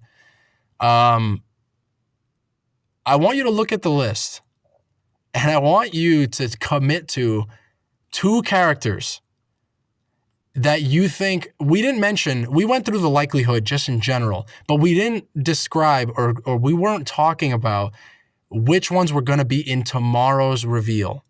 So looking at the list, I want you to commit to the 2 characters. Try to predict one or the other is making it in tomorrow and will be in that presentation. Okay, so my number one pick is Crash Bandicoot. Number 2, just to say that I said it, is Dante. Okay, I'm going to put my money on. I don't think it's going to be Master Chief. I don't think it's going to be Minecraft. I don't think it's going to be Resident Evil. I'm going to put my money on Ryu Hayabusa from Ninja Gaiden. And, oh man. See, if I had 3 choices, I would say Monster Hunter, Ninja Gaiden, and Waluigi. But because I only have 2, I'm going to go with Ryu Hayabusa and Monster Hunter.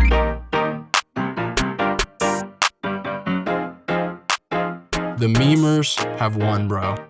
The meme community has won. This morning, October 1st, Minecraft Steve was officially revealed as being the 8th of 12 fighters coming to Super Smash Bros. Ultimate. They revealed this trailer, really cool CG trailer with Mario inside of like a Minecraft world. And they show a Minecraft level, really cool music remix in typical like Smash fashion, everything you'd expect from like a top tier like Smash presentation. It's cool too because he got a CG trailer, and a lot of the DLC characters, some previous DLC characters haven't received like CG trailers. So really cool presentation. A lot of people were really shocked and surprised. Yesterday, I just actually listened back just to brush up and make sure I had this right. Yesterday, he was one of the many characters that we talked about, right? And I had said that, all right, so my take was this character wouldn't be that hype for me personally, just because he's an ironic character with like a really corny name, like he's purposely a meme. But Minecraft definitely is a classic video game that deserves to be in Smash. It's the best-selling video game ever. And I said the chances of it happening were high.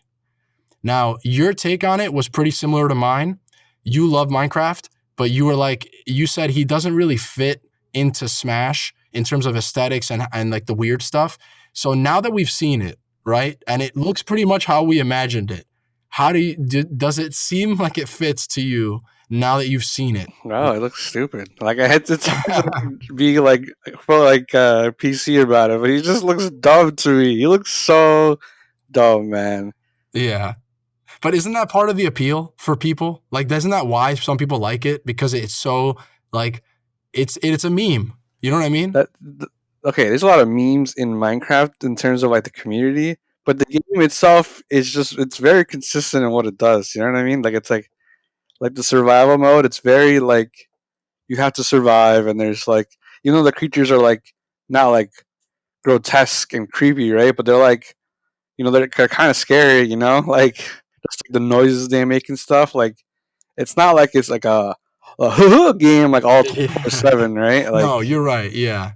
and I posted on Twitter earlier. Like the reason we like Minecraft has nothing to do with Steve or like the way he looks or anything like that or how the way he plays. Right?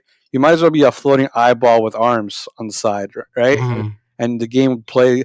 The game would like be the exact same to you. So Right. it's just it's not something that I was like. So you still feel like it doesn't fit in, and that's so like here's the thing. There's a lot of different ways to look at it, right? There's the casual, like, do we like that they added this character to the game for fun? And then there's the competitive element, right? Yeah, I'm talking about the casual aspect of it. It's like adding Tetris blocks to the game. Like it's Yeah. just dumb to me. Right, right, right. Like just because Tetris is like one of the best games ever made and one of the most popular games ever, right? Doesn't mean that it should be a character in Smash. Like the reason why all these characters work is because their characters work, right? They're characters. Even like the make your own characters, like the Fire Emblem ones, like they had already some sort of base on that. Of course, yeah, yeah. Like those characters are more of an excuse to have something on the screen than like not having something on the screen. You know what I mean? Yeah, yeah, it's purely just there because the game is in first person, so the character is almost not that important. It's and like even him having the name Steve and being so like minimal, it's almost like yeah, he's just an afterthought in a way. It's almost funny that the protagonist is like this not flashy character, and now in Smash Brothers, you have characters with like these really cool names like Link and Samus and Steve. You know what I mean? Like but that's I think why people like it so much. I just don't believe that people actually like Steve. I just don't believe it. I just think people like Minecraft, and there's nothing wrong with that, right? Yeah. Minecraft's a great game. I've gone on record saying Minecraft's great. I spent hours and hours and hours on Minecraft, on multiple different versions of Minecraft, like throughout the years, right? Yeah. Like I just like every now and then I'll go back to it and I still have a good time. It's just people don't actually like Steve, man. Everyone who says that, it's very hard for me to believe that. Yeah, right. I actually kind of I can kind of see what you're saying. That makes a lot of sense. I think so for me personally, like I played almost no Minecraft compared to you, right? And so for me, this character's not for me. I said it was a high chance. It ended up happening. I now that I've seen it, it does look a little more interesting than I pictured it because my hype level was 0 yesterday. Like if this were to be announced, I wouldn't be that hyped. I wouldn't say that I'm hyped now that I've seen it, but I would say that I'm just like, okay, like I will mess around with this character just because I'm really curious how this works. And speaking of how it works, one of the most interesting things is if you saw like Sakurai's little brief piece at the end after the reveal, he kind of breaks down how like Nintendo, unlike other characters that have been chosen for Smash, the Ultimate's DLC was purely chosen by Nintendo. Sakurai had said early on, like, hey, I'm going to challenge myself to just let them come up with the ideas, and then it's my task to figure out a way to pull it off.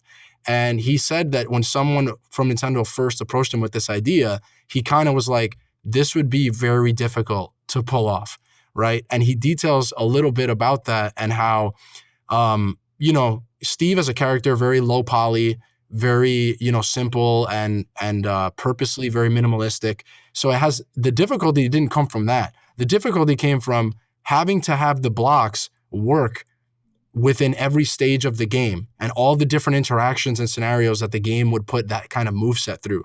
And the reason I bring that up is because I feel like we're not game designers, and I feel like the Smash community, we all are guilty of this where we speculate about characters and how they should just put in this guy or just put in this other guy.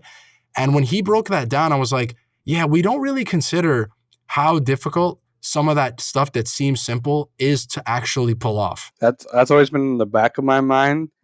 I'm like I think I'm like how do they do that? Like how do they even handle like all these exceptions and rules? Like it's Smash has like 5,000 variables all at once. There's so many different stages, characters, interactions between moves, items, Pokemon, etc. So it just reminds me of like, I remember when Smash 4 DLC was coming out and Splatoon had come out and become a big hit on the Wii U.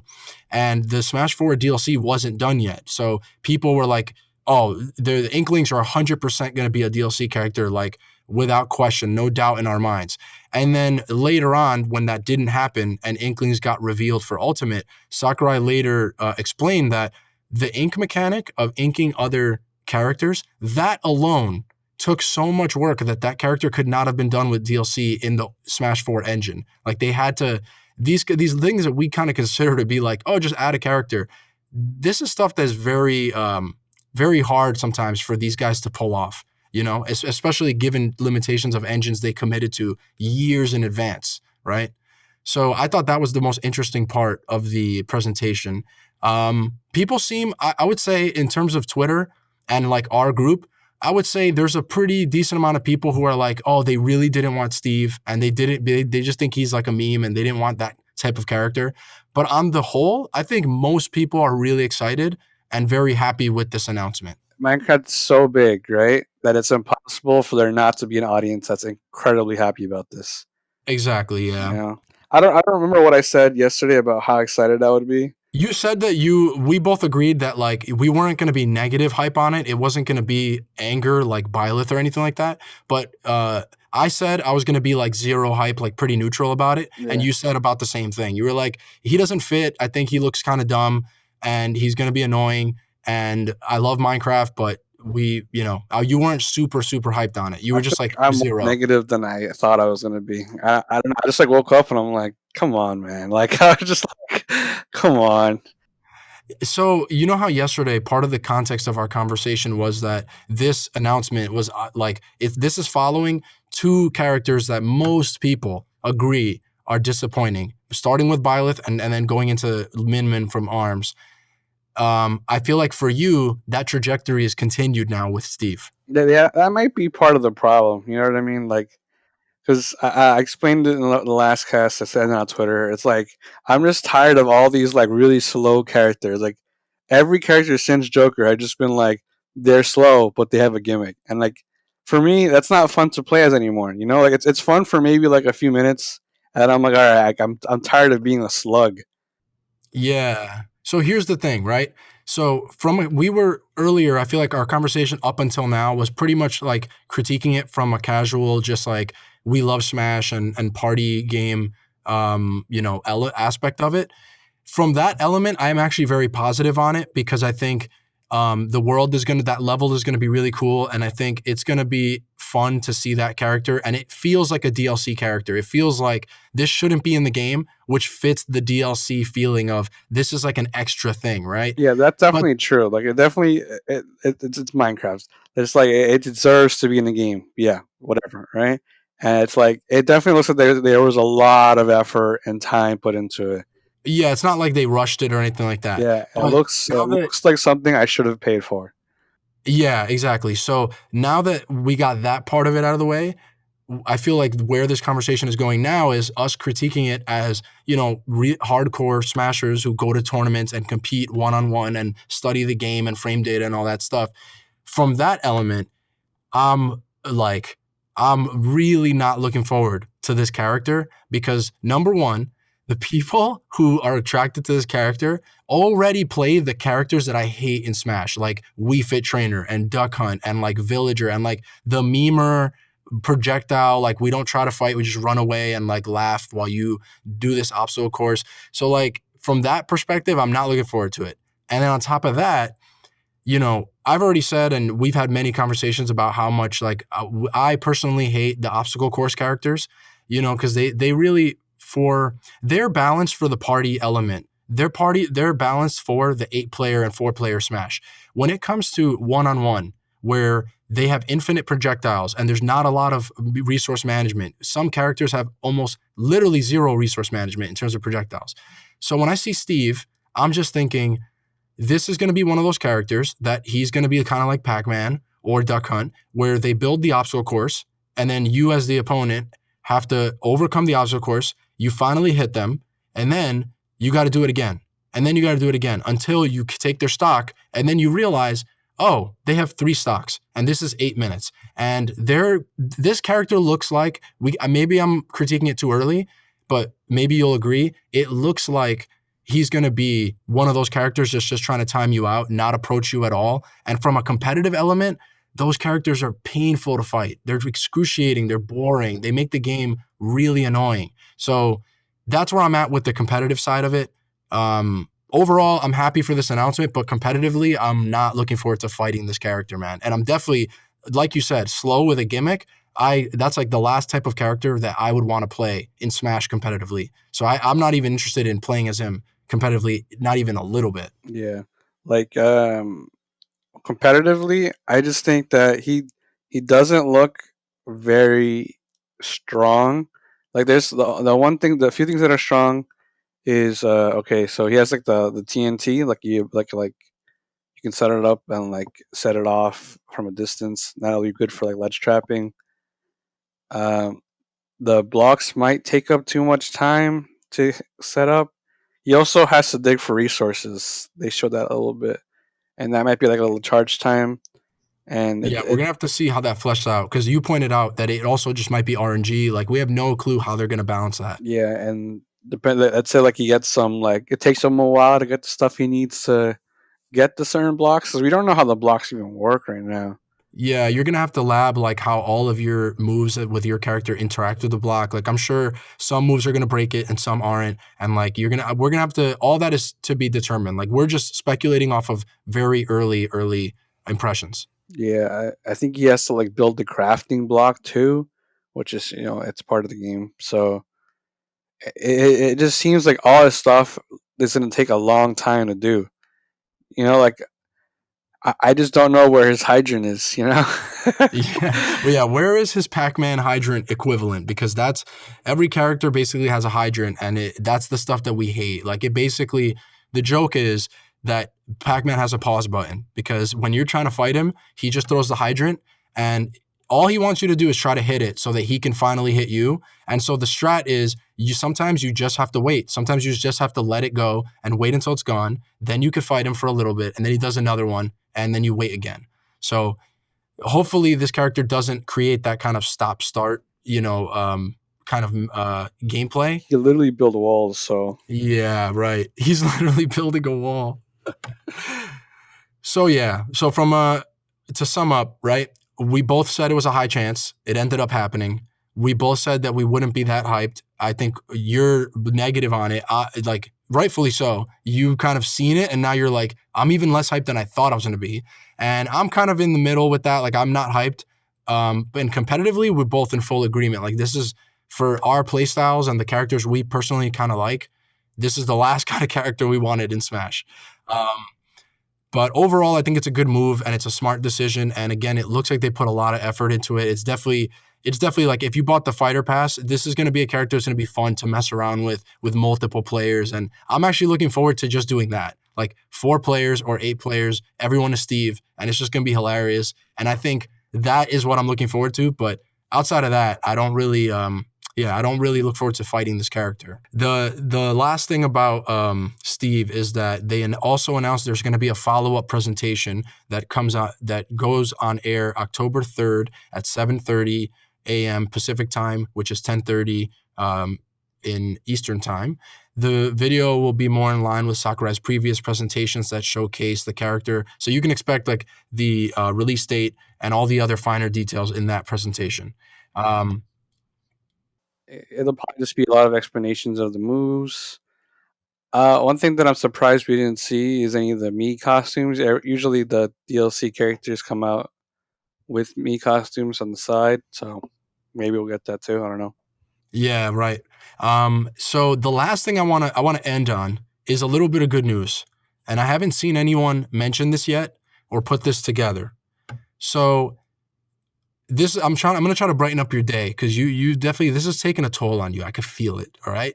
So to end this episode, I want to discuss a little bit that one of the things I noticed this morning is that Fighter Pass 1 has Banjo Kazooie in it, right? Now we have Minecraft Steve. Both of these are Microsoft characters. In my opinion, I think that this means we are getting Master Chief. I think Microsoft is going to let this happen. I think Master Chief is coming. I think that is going to happen, and I'm super excited now because if they let 2 characters in already, Banjo and Minecraft, why wouldn't they do it with Master Chief? The issue would be like, does Nintendo want Master Chief in the game?